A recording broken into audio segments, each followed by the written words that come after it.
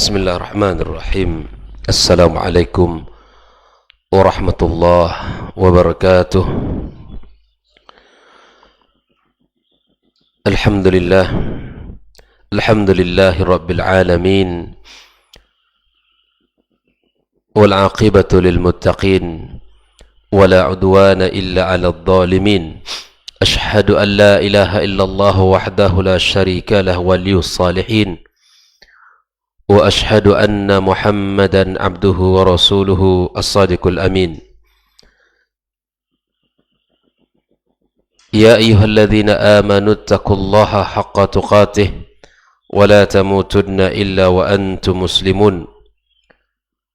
وقال تعالى يا أيها الذين آمنوا اتقوا الله وقولوا قولا سديدا يصلح لكم أعمالكم ويغفر لكم ذنوبكم ومن يطع الله ورسوله فقد فاز فوزا عظيما. سبحانك لا علم لنا إلا ما علمتنا إنك أنت العليم الحكيم. أما بعد،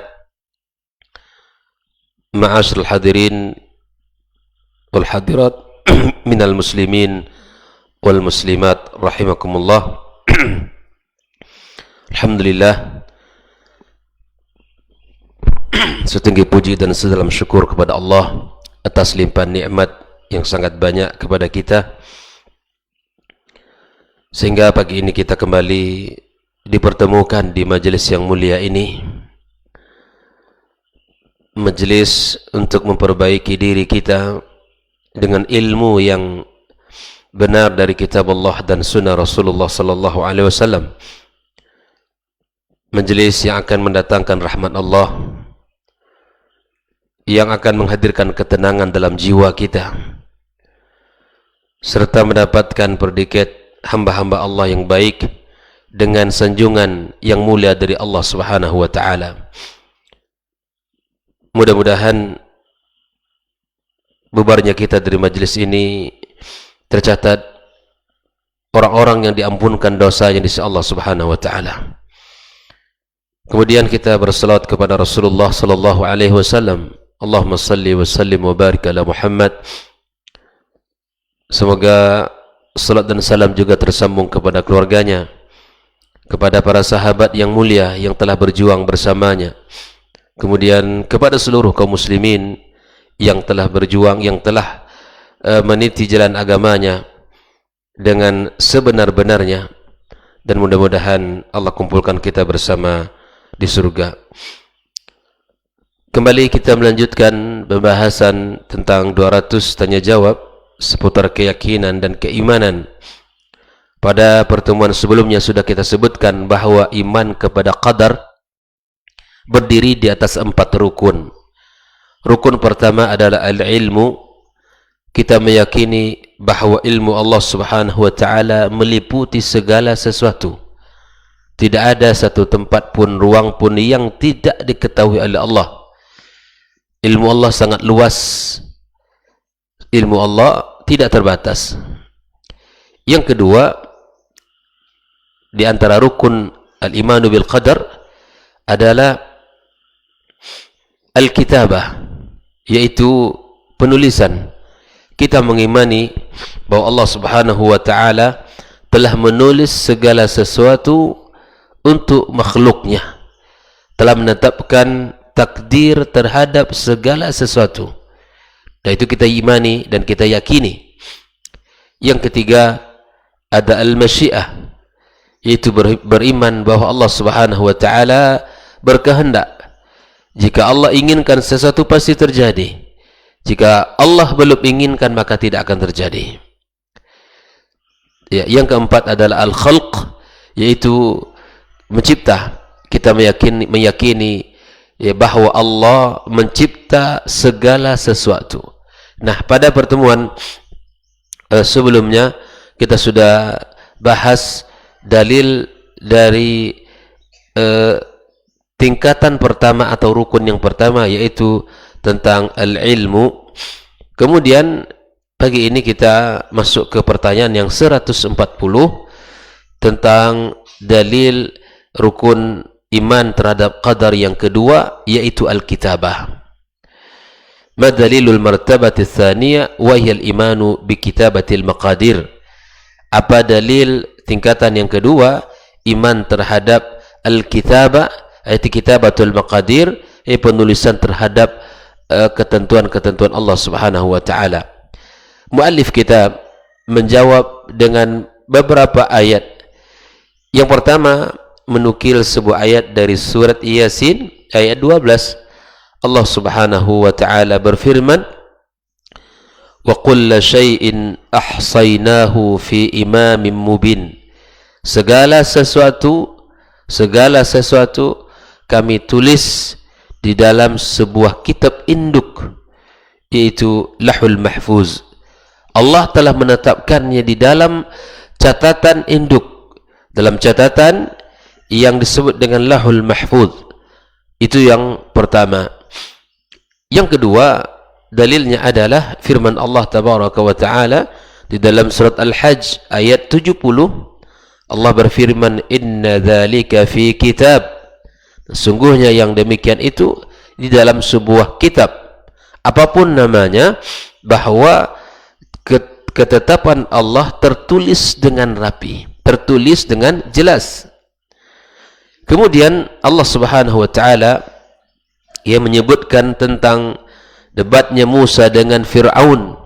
Ketika itu Fir'aun berkata, "Qala fama balul qurunil ula." Bagaimana kondisi keadaan orang-orang yang terdahulu?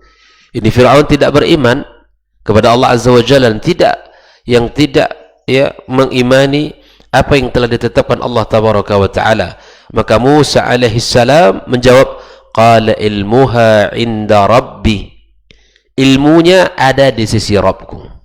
Qala ilmuha inda rabbi fi kitabin la yadhillu rabbi wa la yansa. Semuanya ada dalam sisi Rabbku, ya, di dalam sebuah catatan, ya, la yadhillu rabbi wa la yansa. Rabbku tak akan salah dan Rabbku tak akan lupa. Tertulis semuanya.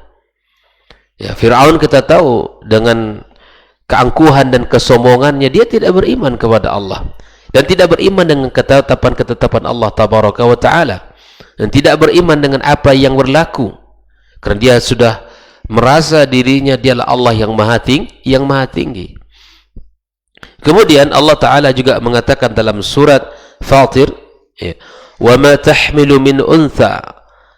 Apa yang dikandung oleh seorang wanita mengandung hamil, wala tad'u illa bi'ilmih.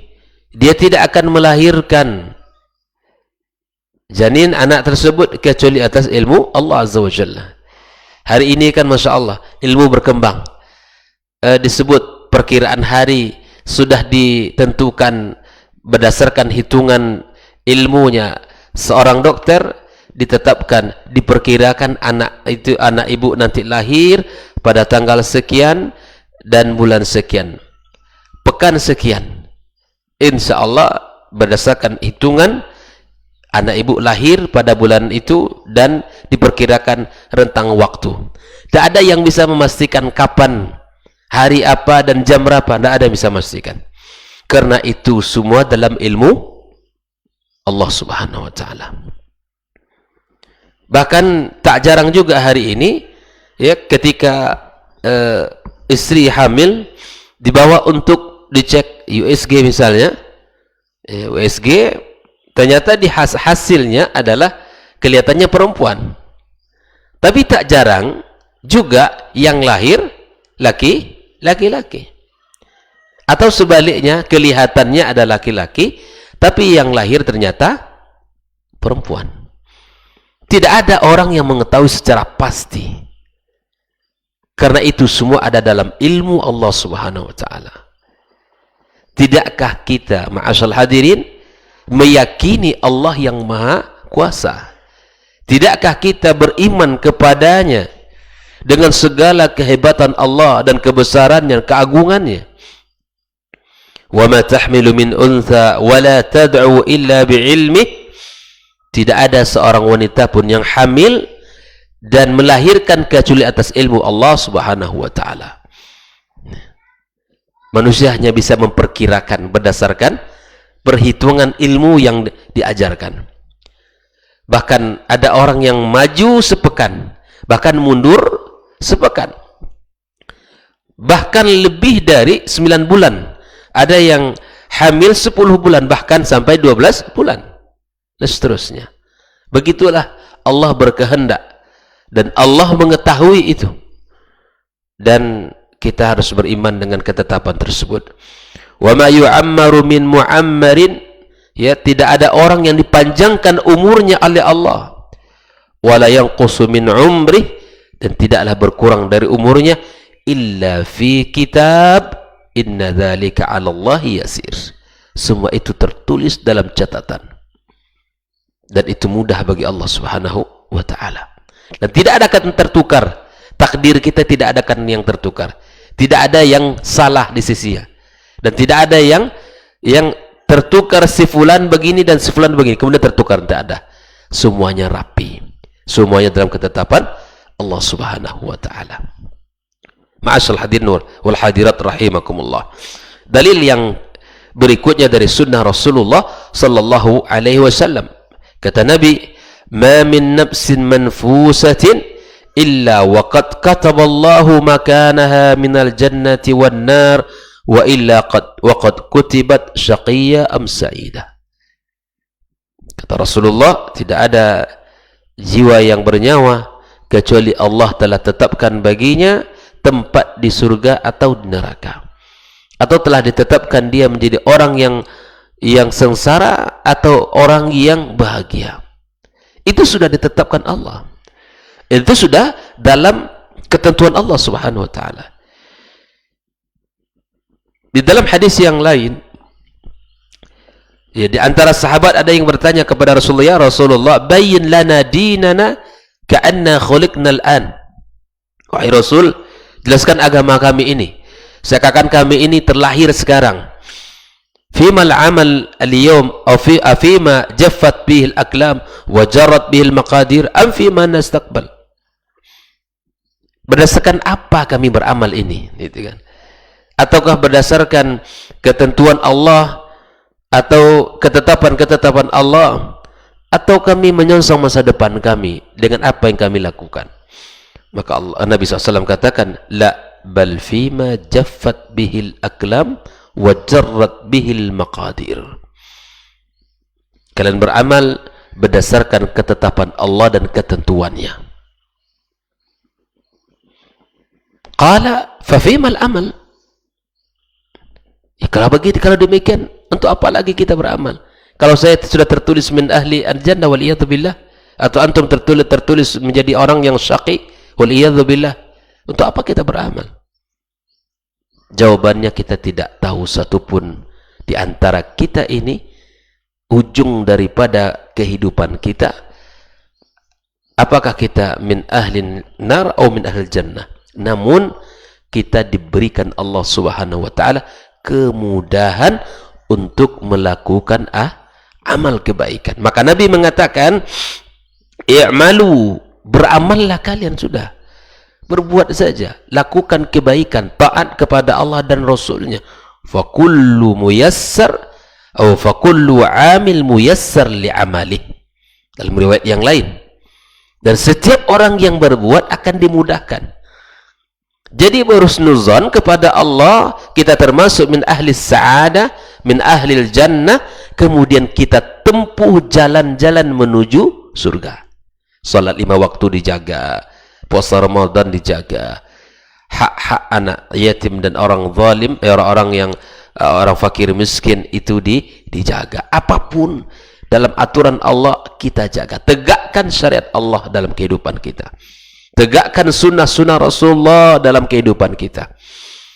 Dekatkan diri kita kepadanya. Meminta pertolongan kepada Allah Azza wa Jalla. Lakukan asbab itu. Lakukan jalan-jalan kebaikan itu. Fakullu syai'in muyassar lima khuliqa. Setiap sesuatu akan dimudahkan berdasarkan apa yang telah Allah ciptakan. Jadi kita kedepankan husnudzan kita, dan kita kedepankan ya, keyakinan kita kepada Allah bahwa kita insya Allah tolong untuk melakukan kebaikan, dan mudah-mudahan Allah memasukkan kita ke dalam surganya berdasarkan rahmat dan ampunan. Ini sudah kita bahas pada pertemuan sebelumnya, bahwa seseorang di dalam aqidah Ahlus Sunnah wal Jamaah tidak masuk surga berdasarkan amal yang kita lakukan, bukan berdasarkan amal. Banyak dia salat, banyak dia puasa, banyak dia melakukan kebaikan, surga belum. Yang menjadikan dia min ahlil jannah itu rahmat Allah Azza wa Jalla. Sampai-sampai terjadi pertanyaan itu kepada Rasulullah, kalau demikian kamu juga demikian ya Rasulullah? Iya, kata Rasul, namun saya diberikan rahmat Allah Azza wa Jalla, diberikan kasih sayangnya, dengan itu aku masuk surga. Hal itu kaum muslimin rahimakumullah, ini dalil yang disebutkan oleh para ulama tentang tingkatan yang kedua atau rukun yang kedua dari iman bil qadar, yaitu al-kitabah. Baik, di dalam pertanyaan yang ke-141, berapakah tingkatan takdir itu? Nah, disebut oleh para ulama, di antara tingkatan takdir itu, yang pertama adalah yang masuk kepada ilmu ada 5 tingkatan. Yang pertama, al-kitabah, ya, mengimani qabla khalqis samawati wal ard bi 50,000 sanah. Jadi tingkatan pertama itu adalah dalam bab takdir, dalam masuk kepada al-kitabah adalah mengimani bahwa Allah telah menciptakan langit, sebelum langit dan bumi ini, ya, bi 50,000 sanah, 50,000 tahun, indama khalaqallahu al-qalam, tatkala Allah menciptakan pena, wa huwa takdirul azali, disebut dengan takdir azali, ya. Yang kedua, takdirul umari, ya, takdir umur, ketika Allah Subhanahu wa taala, ya, jadikan itu pada hari di mana kita di alam rahim ibu kita. Allah katakan, alastu bi rabbikum, qalu bala, syahidna. Kemudian dicatatkan di situ am syaqi am sa'id, orang bahagia atau orang yang sengsara. Yang ketiga, takdirul umari aidan inda takhliqin nutfah fir rahim, ketika diciptakan nutfah di alam rahim, ya, kemudian takdir al-hauli, tahunan, itu pada malam Lailatul Qadar, sebagaimana yang kita fahami, pada malam Lailatul Qadar akan ditetapkan Allah Subhanahu wa taala untuk setahun ke depan. Dan yang kelima, takdirul yaumi, itu takdir yang berlaku sehari-hari, wa tanfiz kullu dzalika ila mawadhihi, itu bentuk aplikasi pelaksanaan dari apa yang telah Allah tetapkan, baik itu dalam takdir tahunan ataupun takdir ketika di dalam alam rahim, ya, kemudian takdir ketika Allah Subhanahu wa taala ciptakan sebagai nutfah, kemudian takdir sebelum Allah ciptakan langit dan bumi, yaitu takdirul azali. Nah, semua itu masuk kepada tingkatan-tingkatan yang mana Allah Subhanahu wa taala kulluha tarji ilal ilm, semua itu kembali kepada ilmu Allah Subhanahu wa taala. Di dalam mempelajari ini memang memberikan kepada kita sedikit, ya, coba berfikir bagaimana Allah Azza wa Jalla merunut bahwa banyak hal yang ternyata kita telah berjanji kepada Allah dan ternyata kita telah ditetapkan oleh Allah Subhanahu wa taala. Inilah dua pembahasan pagi ini, ya, mudah-mudahan pembahasan yang pertama dan kedua ini menjadi ilmu bagi kita bersama, dan kita yakini apa yang Allah tetapkan pasti berlaku, dan apa yang telah Allah tentukan pasti akan terjadi, ya, apapun keadaan dan kondisinya. Dan termasuk pertemuan kita pagi ini, dalam majelis ini, ya, itu adalah semuanya dalam ketentuan dan ketetapan Allah Subhanahu wa taala. Maka itu kita mohon kepada Allah agar Allah tetapkan kepada kita sesuatu yang baik, sebagaimana yang telah disebutkan Nabi sallallahu alaihi wasallam, i'malu, beramallah, berbuatlah, ya, fa kullu syai'in muyassar lima khuliq, segala sesuatu dimudahkan Allah untuk, ya, dilakukan. Maka niatkan senantiasa kebaikan yang dalam kehidupan kita, ya, kalaupun belum bisa dilakukan, sungguh dia telah tercatat sebagai amal di sisi Allah Subhanahu wa taala. Setiap kebaikan akan dilipat gandakan oleh Allah sampai 10 kali lipat ataupun sampai 700 kali lipat. Dan ketika niat-niat baik belum terlaksana, maka Allah telah mencatat satu kebaikan, dan itu adalah kasih sayang Allah kepada kita bersama. Semoga Allah berkahi pertemuan kita, dan semoga Allah jaga hari-hari kita dari segala keburukan. Subhanakallahumma wa bihamdik, asyhadu an la ilaha illa anta, astaghfiruka wa natubu ilaih. Wassalamualaikum warahmatullahi wabarakatuh. Orang yang keluar dari rumahnya menuju rumah Allah untuk menuntut ilmu syar'i, maka sungguh dia sedang berjalan di jalan ilmu, dan itu akan memudahkannya untuk menuju surga Allah Subhanahu wa taala. Man salaka tariqan yatlubu fihi ilman, salaqallahu bihi tariqan min turuqil jannah. Barang siapa yang menempuh sebuah jalan, jalan yang ditempuhnya adalah jalan menuntut ilmu, maka Allah akan mudahkan jalannya untuk menuju surga Allah Subhanahu wa taala.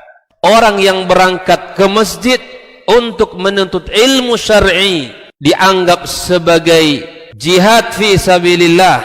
Nabi alaihi salatu wassalam bersabda, "Man dakhala masjidana hadza," barang siapa yang memasuki masjid kami ini, yakni Masjid Nabawi, liyata'allama khairan, untuk belajar atau mempelajari kebaikan, au yu'allimuhu, atau dia mengajarkan kebaikan, kal mujahidi fi sabilillah, adalah seperti orang yang berjihad di jalan Allah. Mudah-mudahan kehadiran kita di rumah Allah yang mulia ini, tujuan kita hanya satu, untuk mencari ridha Allah tabaraka wa taala. Mudah-mudahan ilmu yang kita pelajari, ilmu yang memberikan keberkahan, yang menerangkan jalan kita dan senantiasa menjaga kita di jalan Allah Subhanahu wa taala.